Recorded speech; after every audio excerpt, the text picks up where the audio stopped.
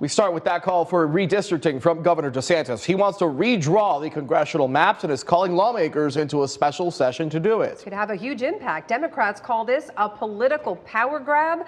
WESH 2 News political reporter Greg Fox is here. So, Greg, the governor doesn't want to handle this during the regular session that starts next week. Well, that's right. He's concerned that lawmakers will spend a lot of time redrawing the maps before the U.S. Supreme Court makes a ruling that could affect the drawing of districts across the country. So the special session will be April 20th to the 24th.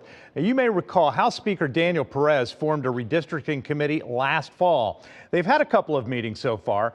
Perez had already indicated he wants to tackle the redrawing of congressional maps in the middle of the decade, something Democrats argue is unconstitutional.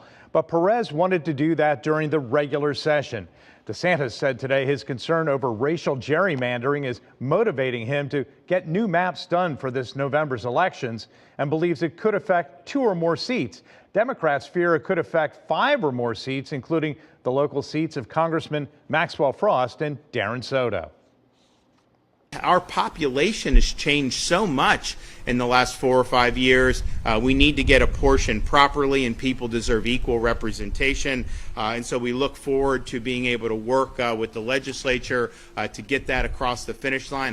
We should have a system that respects the decade timeline and not engage in mid-decade redistricting, which we don't have constitutional standing for, and of course would be unprecedented in Florida's history. Section 2 of the Voting Rights Act says no voting standard, practice, or procedure shall be imposed or implied in a manner which results in a denial or abridgment of the right of any citizen of the United States to vote on account of race or color.